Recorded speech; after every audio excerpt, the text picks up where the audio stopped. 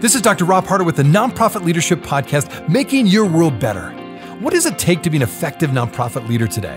What are the biggest challenges? What are the biggest obstacles? How should nonprofits fundraise in an economy that is constantly changing? All of these reasons combined led me to start this show. And it's my hope that through this series, people can learn not only what it takes to be an effective nonprofit organization, but to hear from effective leaders who are successfully making a positive impact in their communities. We hope you enjoy the show as together we hear how they are making their world better. A healthy work-life balance. When you hear that phrase, what goes through your mind? It's impossible, maybe, or that's just a myth. Or perhaps you know firsthand the pain of how your work negatively impacted your marriage, your family, or your personal life. Well, this topic is certainly not new. But I do believe that in our new work-from-home, Zoom calls, always online world that we're living in now, the hard edges between work and home have become even more difficult to define. And on top of that, it does seem that for nonprofit leaders, the issue of finding a healthy balance between work and home is particularly challenging. Well, my guest today has just written a book about this very topic. My guest is Megan Hyatt Miller, and her new book is entitled Win at Work and Succeed at Life: 5 Principles to Free Yourself from the Cult of Overwork. This is a conversation that you and I as nonprofit leaders need to continue to have.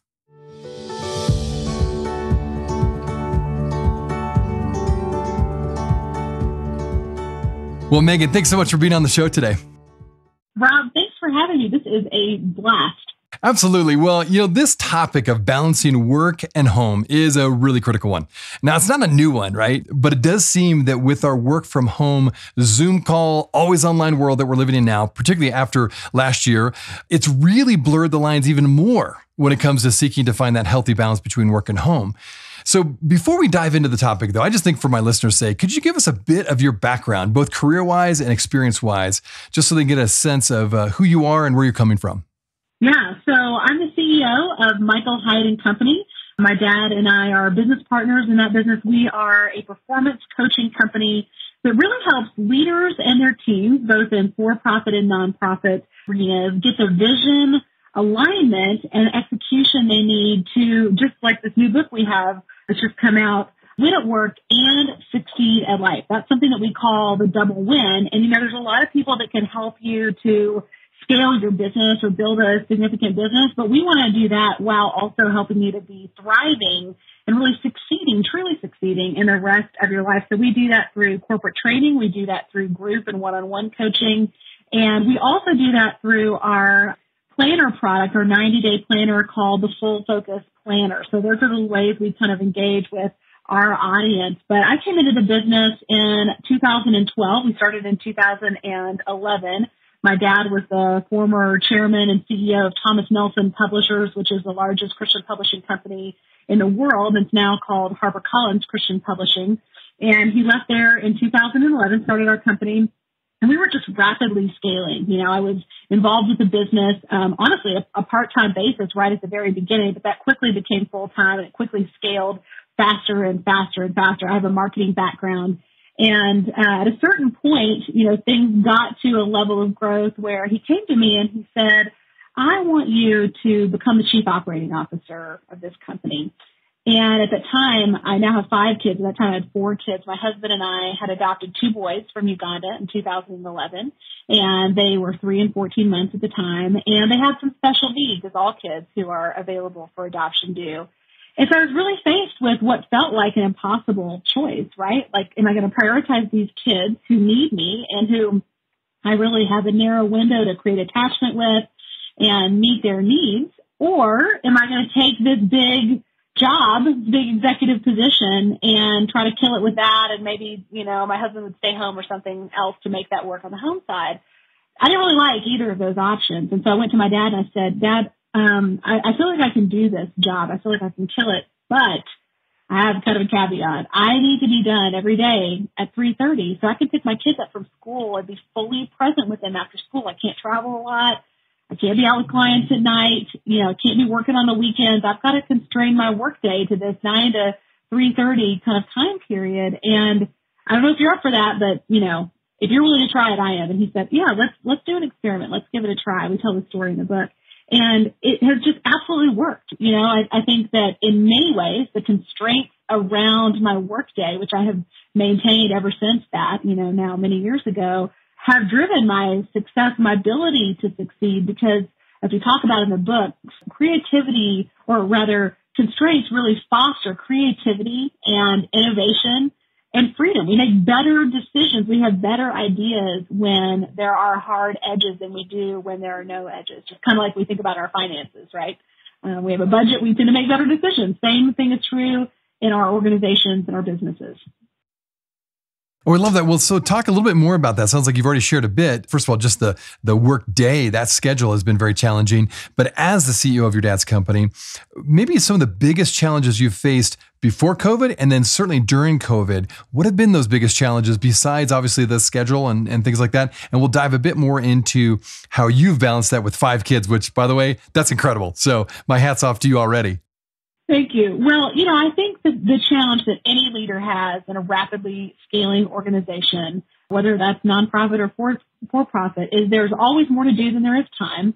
There's always bigger dreams that you have for the future than what you can realize in this moment. And if you're doing it right, your job description is kind of always changing. You're always going to the next thing. You're always hopefully leveling up to a higher and higher level of contribution. And the question becomes, how do you do that if you're still hanging on to all the stuff you did previously? So I think my challenge has been, as I've moved from the chief operating officer to the CEO role, is, okay, what am I going to let go of that I was doing that was really important and is still very important for the business, but I can give to someone else so that I can be focused on, driving the future vision of the company and executing on that vision. And so that I think has just overall been the biggest challenge. I think in COVID, the biggest challenge were a couple of things. For our team, it was all of a sudden we went to a remote work environment, which was not a big deal for us because we had been doing that in a kind of hybrid form for a long time. But the difference was all the kids were home, right? There's no daycare, there's no babysitters, there's no school. The kids are doing school remotely, and all of a sudden the work and professional or work and personal worlds just absolutely collided.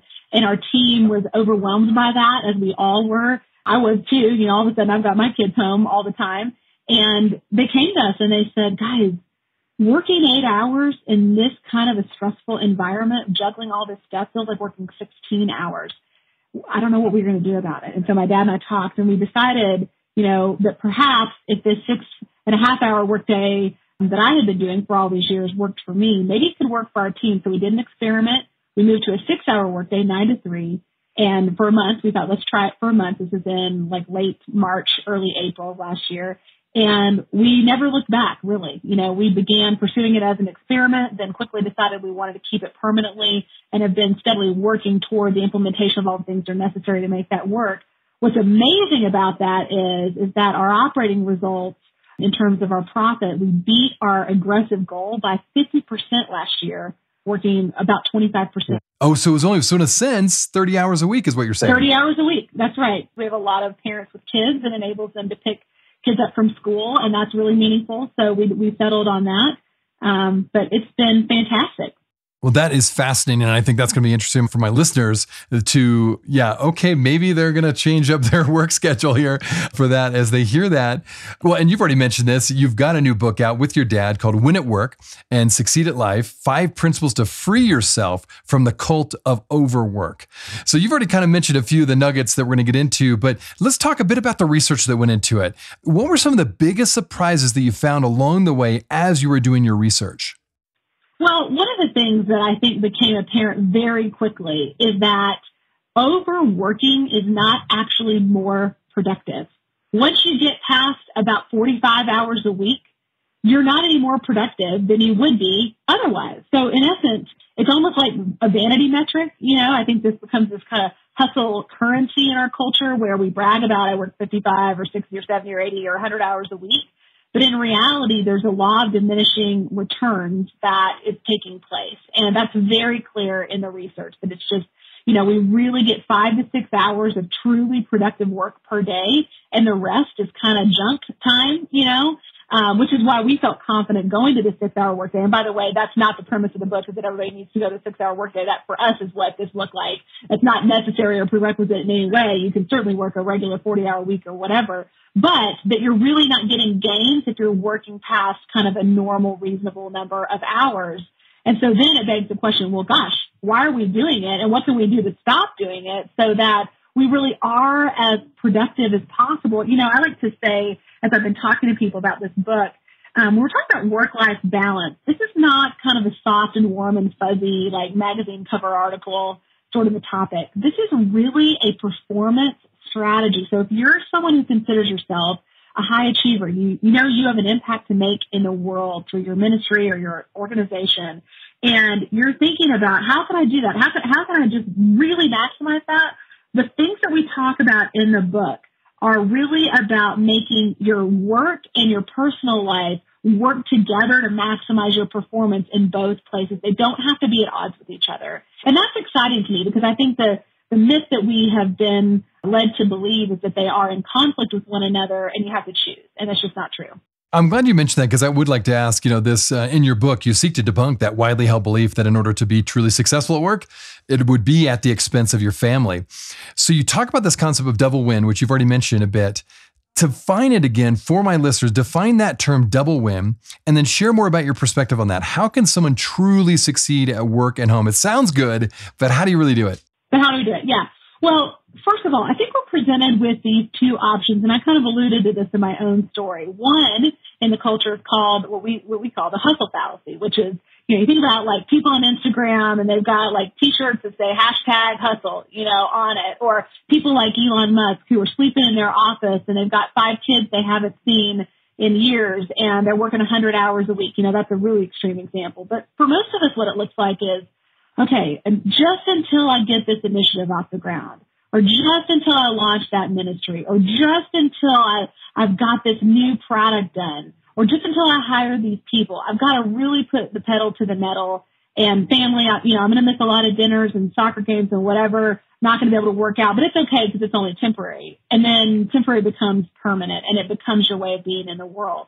And you end up looking back with regret because your relationships with the people you love the most are compromised, your health is compromised, and sometimes you can't get those things back, So that option doesn't work. But then people look at that oftentimes and they say, no, I don't want that. Instead, here's this other option, which we call the ambition brake, which is where you tap the brake of your professional potential, ambition, your impact in the world. And you say, I'm willing to sacrifice that because I don't want to give up my relationship with my kids, my spouse, my family, my friends, my ability to, love on those people, my health, whatever.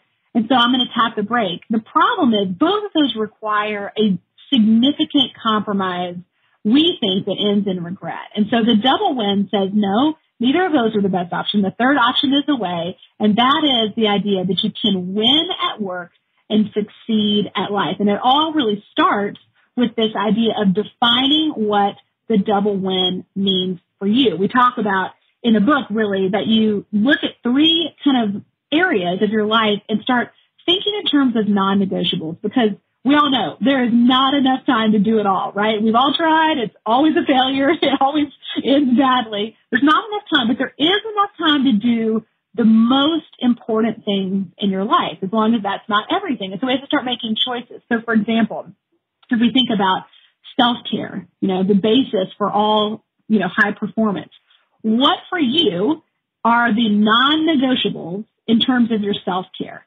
For me, that looks like I go to bed at 9 o'clock. You ask how I do it with 5 kids. That's a big part of it. Getting sleep is mission critical. And I know some of you guys have young kids, little kids that aren't sleeping, and I have been there, and that's tough. And thankfully, that's a season, so be kind to yourself on this one.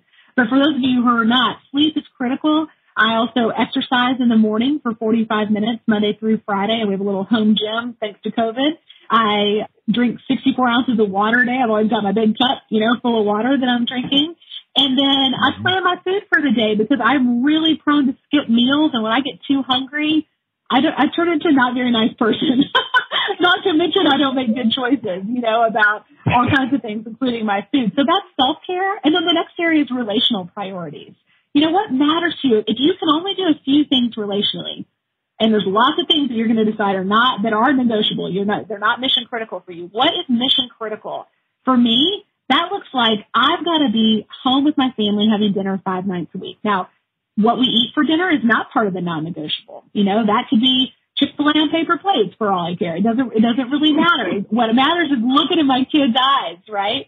It looks like Chick-fil-A sounds pretty good, though. That sounds good right now. I know, right?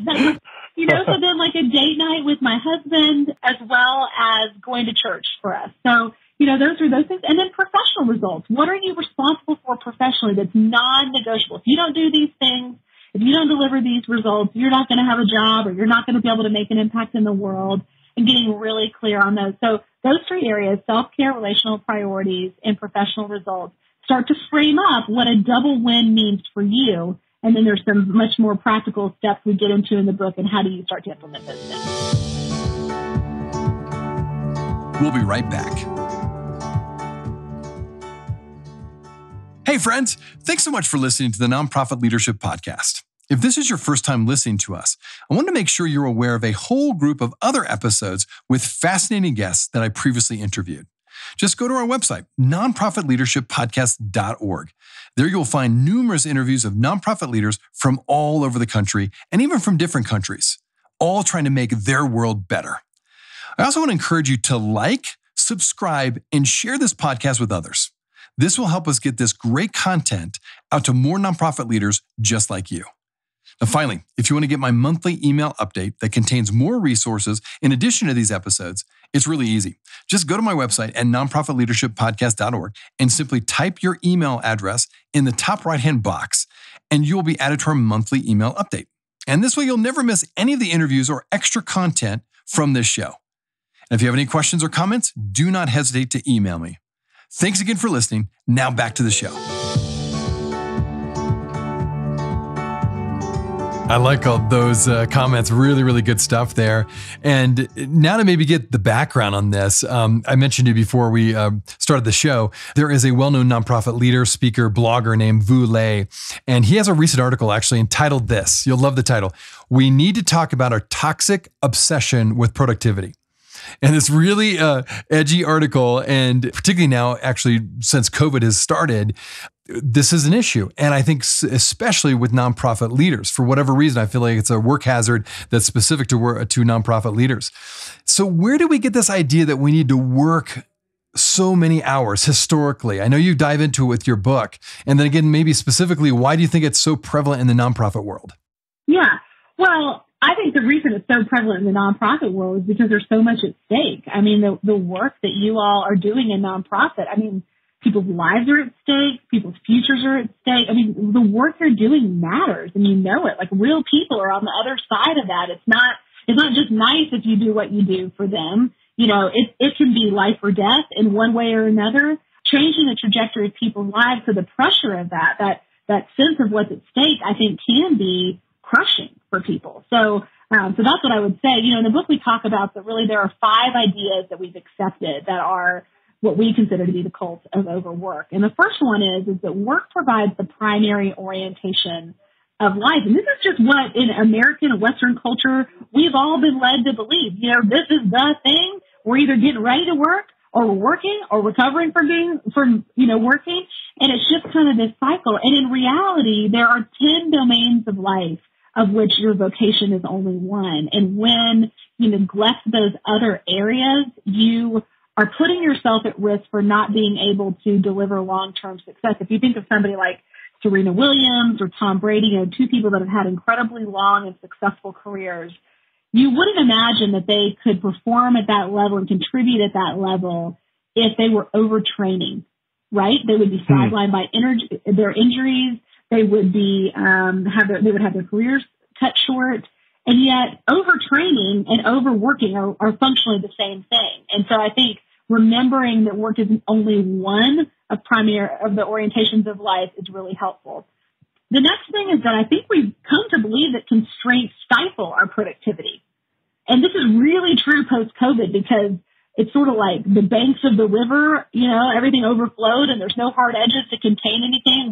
we're home, or where we're working is where we're living. And, there's just no natural hard edges. And so we think that if we put hard edges on our day and say, I'm going to work from this time to this time, well, I'm not going to be able to be productive. In reality, it's the exact opposite.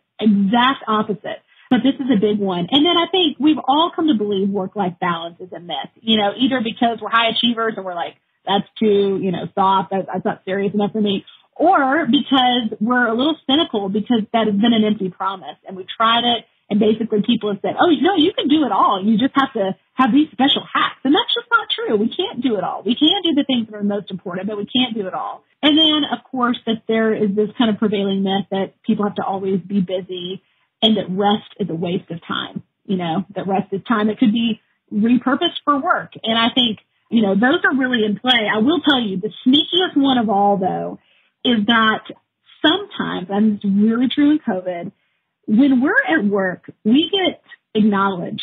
We have a sense of identity. We get to check things off in little pretty boxes and feel that sense of accomplishment.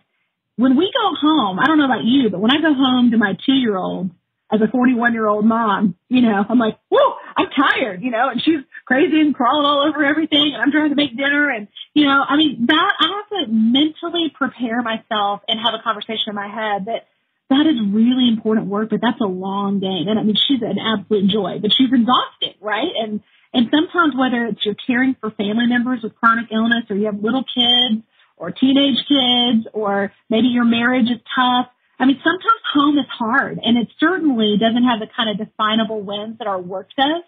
And I don't think we talk about that very much. And so I think that causes us, especially those of us who are achievers, we feel more comfortable in the space where all those edges are. We know when we're winning and all that kind of stuff. Oh, well said. And, it's interesting you talk about those hard edges that have really kind of gone away during COVID. There's no doubt the lines have been blurred more than ever. I think a lot of people had already been commuting from home, so to speak, or working from home, but COVID kind of forced all of us there for a while, depending on what kind of work you do. And I like that term of the hard edges were not there, and therefore everything kind of blended together. And so one of the things I found interesting about your book and what you mentioned is that COVID actually changed your company for the better. So talk about that. How did the experience of COVID improve your company? Well, I think a lot of leaders have had this experience in the last year. We've all been forced to accept the reality that our employees, our teams, our whole people, they have little kids. Now we've seen them on Zoom, right?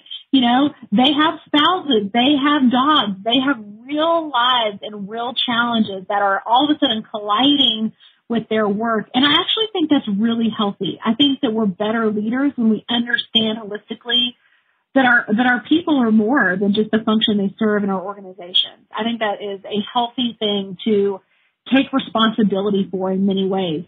Part of what we're advocating for when we talk about winning at work and succeeding at life, this is not just for leaders. This is really for everybody on a team. Our hope is that leaders will read this book and they'll say, what would it look like to build a culture in which I set my team up to succeed in the rest of their life? When you have the ability as a leader to make choices like saying, guys, we're going to put some hard edges on our day, and I don't want to hear from you after 5 o'clock. It needs to be an emergency. Otherwise, I'm with my family. I expect that you're with your family or the people that you love, taking care of yourself and doing the other things in your life that are important. That is an unbelievable gift to people. And I think that's the invitation to all of us. And it doesn't mean we have to compromise our results. In fact, on the contrary, I think what you'll find if you're a leader is this is a performance strategy that will cause you to get better results, not the least of which is employee engagement, retention, recruitment, contribution, all those kinds of things. And that's certainly what we've seen at Michael Hyatt Company. That's interesting. I was just reading an article the other day that so many people now applying for jobs don't just ask about the job responsibilities, but they ask about the culture of the company that they're applying for. That's fascinating. I think that is a change, at least from my perspective, in the last couple of years. Now, going on back to you already mentioned you're a mom of 5 while being a CEO. Way to go. You're my new hero. True, that's incredible. Then maybe you could specifically talk to moms and dads of how you've been able to successfully find that balance in your busy world. What does it look like on a daily practical level? Yeah. Well, a couple of things. First of all, I know I can't do it all, and it requires help from other people. So I think that's really important. First and foremost, my husband. And I know not everybody's married who has kids. A lot of you guys are single parents raising kids, and that is a lot. So I just want to honor that. But if you are married, I think it's easy, particularly for women, to forget that we need to negotiate with our spouse about how we're going to handle the household responsibilities. I certainly, for years, tried to do all the professional stuff and be responsible for overseeing all the personal stuff. And my husband was always willing to help, but what was really overwhelming to me was the thinking through everything, all the planning, and we have kids with special needs, so that means that there's a whole other layer on top of that. And what we have learned to do over the last several years is to negotiate and say, okay, what's non-negotiable? Where do I feel like I make my greatest contribution as a mom? Where do I not? Where do neither of us make a good contribution? Maybe that's an opportunity to get some outside help. And again, I know not everybody can do that. In our situation, we're able to do that to a certain extent, and that's helpful. But I think most importantly, for example, doctor's appointments. I used to take the kids to every single doctor's appointment. A lot of moms do that. A lot of dads have never taken their kids to the doctor. I know a lot of you have, which is great. But, I looked at my husband one day and I said, what if we did this differently? And he was like, yeah, I could totally take the kids to the doctor. Like, my schedule's less crazy than yours is. I'm on a lot of interviews like this in my day, and it's harder to move things around. He said, I can do most of that. Let me do it. And I went, yeah. My kids are not going to feel like I was less of a mom because I wasn't there when they got their 2-year-old shots. Dad being there is great. Plus, it gives him the opportunity to have a really special relationship with the kids as well. And so that's just one example of how we've navigated and negotiated this stuff because we were clear on what our non-negotiables were. Well said. I love that. That's a great give and take, and obviously a great dialogue you've had with your husband. And well done. Sounds like you've really tried to navigate that well. All right. So for my listeners, you mentioned 5 things. What 5 things can leaders do to implement the double win within their organizations now? Well, I think first and foremost, this has to be a top-down initiative. What I mean by that, and this is one of the things I always run up against, and I wish it were not true, but it is true, but whatever we do as the leader becomes the de facto standard. So, for example, if you have core values in your organization, but you don't live by those core values, whatever you live by becomes the de facto list of values, right? So, for example, if you want to implement a double win in your company, you have to lead by example. You have to explain the why, that this is really important, what you want for yourself, what you want for the team. And then you have to hold the line on that stuff. So if you say you're going to work from 9 to 5 or 9 to 6 or 8 to 5, you have to be diligent about not posting messages, not calling people, not texting people outside of those business hours, because otherwise what you communicate is, oh, he wasn't that serious or she wasn't really that serious. They really actually do want me to be on. They're just saying that, we're going to do this work-life balance thing, but they're not really serious about it.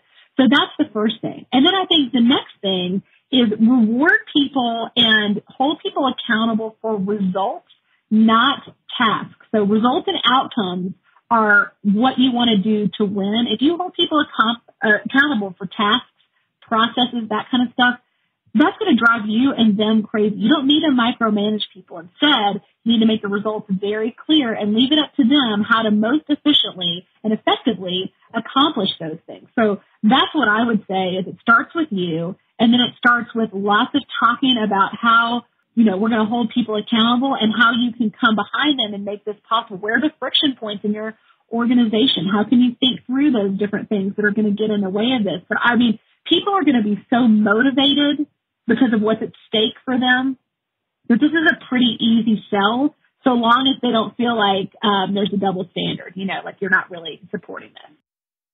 Love it. Love it. I hope my listeners are taking notes for this. Now, one more time, tell us the title of your book, and then tell us more how my listeners could connect with you or find out more about your work, as well as all that you do on the side. Thanks, Rob. Yeah, the book is called Win at Work and Succeed at Life. You can get it anywhere books are sold. You can pull out your Amazon app right now and click the Buy Now button. That's what I usually do. Of course, Barnes & Noble and elsewhere. But what I want to make sure you do is don't lose your receipt. Because if you go to winandsucceedbook.com/nonprofit, so winandsucceedbook.com/nonprofit, we have some really special bonuses for you guys, including a ticket to our live virtual event, which my dad and I are going to be doing an in-depth interview. We don't even know what the questions are. They won't tell us. They promise they're going to be really revealing. But just talking about how to get this double win in your own life, our own stories, some really vulnerable stuff. That's on April 20th. All kinds of other stuff, including the audio for the book, et cetera, et cetera. So you don't want to lose that receipt. Again, it's winandsucceedbook.com/nonprofit. Oh, sounds good. Well, again, to my listeners, I encourage you to check out more of all that Megan's doing. Again, I'm impressed you're able to balance family, being a CEO, and you're providing great resources like this. I also know that you have 2 podcasts you didn't even mention, but you can check her out and Google that. So yes, there's a lot going on in your plate, but thank you for sharing your insights with us today. And I really look forward to hearing my listeners interact with all that you've offered today. So thanks for your time. Thanks for having me, Rob. It's been a real pleasure.